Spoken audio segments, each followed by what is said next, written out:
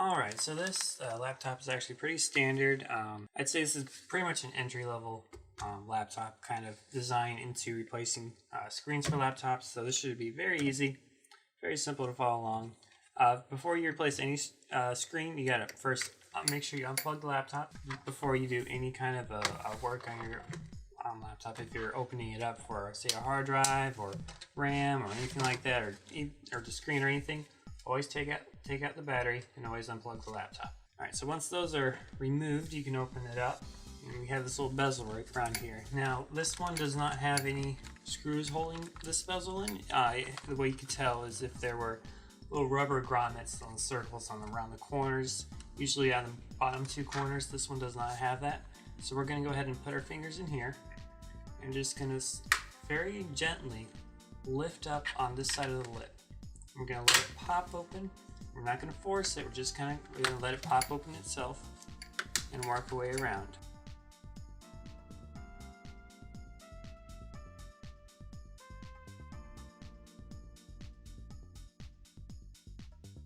And this one connects this little top gray portion with the laptop too. I might need to grab something thin for that, or maybe I can just use my nails. Let's see. Yeah, that pops right open.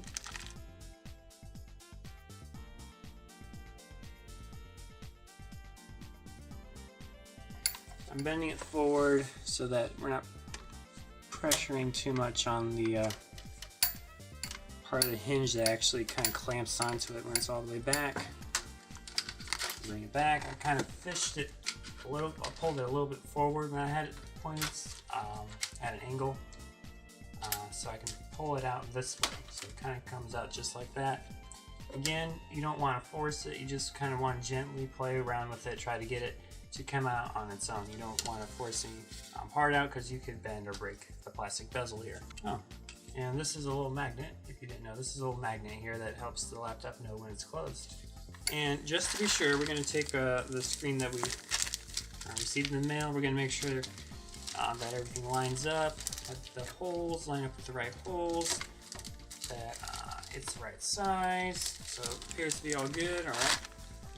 So now we're going to want to remove the 4 screws here. Using a regular Phillips head screwdriver. This is PHO head I'm using right now, but again, any kind of pointed Phillips head screwdriver, you can go ahead and just use that. And put the screws in a safe place. Alright, so once these 4 screws are out, from the top of it, you're going to just kind of pry it away from it carefully. It should just fold right down.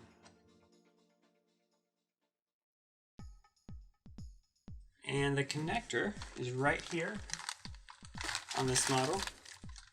We're going to double check, make sure that lines up with the new screen. It does.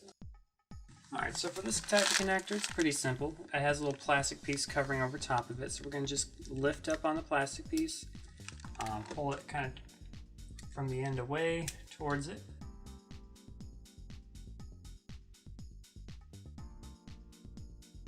So once that's pulled off, you can leave it on the cord. That's actually perfectly fine. This kind, let me double check, this kind has a latch. Yep.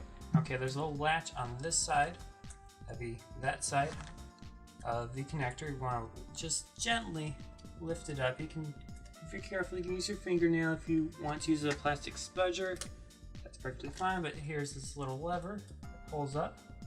Make sure you pull up on the lever before you start pulling. You just want to pull it that way, away from where the lever held on. And it should just pop right out. Just, again, be gentle. These parts are kind of fragile, so if yours is broken, you broke the screen this side. Mine's not broken. I'm just upgrading mine or changing it around to a different one.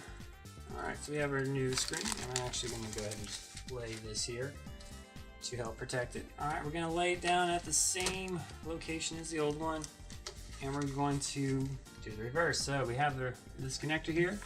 We're going to put it in this way, make sure the lever is up and not down. This part might be tricky from the angle I'm at.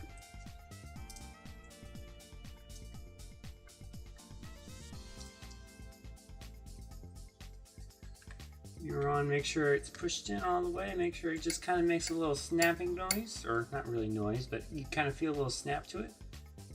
That means it's in, so then you lower the lever, and that will latch it down into, or hold it in its place with that, hopefully without it being able to just come right out and wobble around and cause shorts and flicker the screen. If you have any kind of flickering screen problems, always make sure your connector is always fully connected first before you decide the screen's bad or anything like that. Lift the screen back up into its little cubby, making sure that the cable, the wire, is ran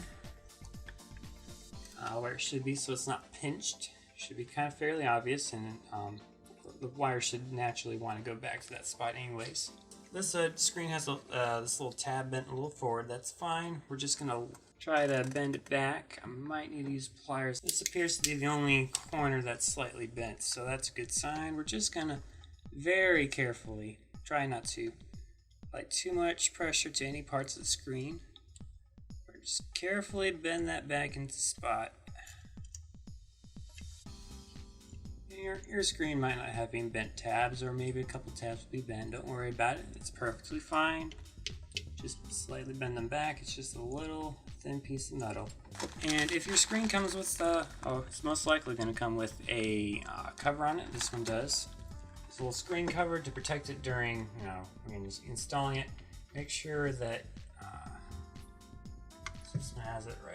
Little tab right here. Make sure that tab isn't tucked underneath the monitor, or else you're going to have to unscrew it again. That way you can peel off the plastic protective that's on top of the screen. And then you find the screwdriver that you set down ever so carelessly and have no idea where it went. Oh boy. I do this every time, and it's always in my lap.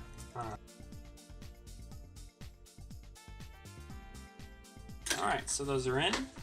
Screen's stable. We're going to first remove the plastic protector that comes on the screen. As you can see, this is a matte screen that I got. And it looks kind of glossy just because of the plastic on it. So definitely don't forget to take off the plastic protection. This little thing here, this is reusable. You can put other screens in there. I'm actually going to put my old screen in here so I have a spare. You take your old bezel and you're going to put it back on. So remember, we took it off kind of like that, or kind of like that. So we're going to put it in the opposite way. We're going to set it down there, kind of make sure all the bottom corners are in. It's snapped in the spot.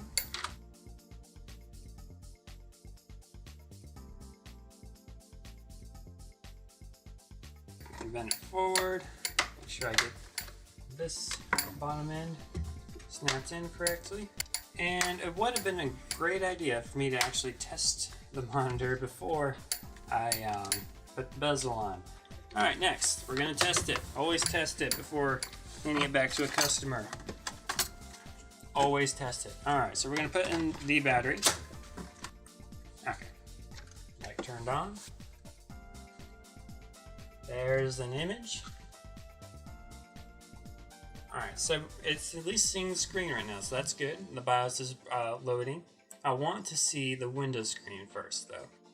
So at this point in the video, I ran into some issues with Windows not showing the Windows screen or anything. It would just show a blank screen. The screen itself was fine. It was just some issues I had due to what I was doing. I was trying to basically upgrade my resolution by putting in a better monitor or screen, and in the process I had to do some extra steps. But since this video is not for that, I'm just going to put that into a different video, a little troubleshooting process if you run into the problem. But in the end, it all worked out, and this is the computer booting up with the new screen in it. I hope you learned something. Have a great day.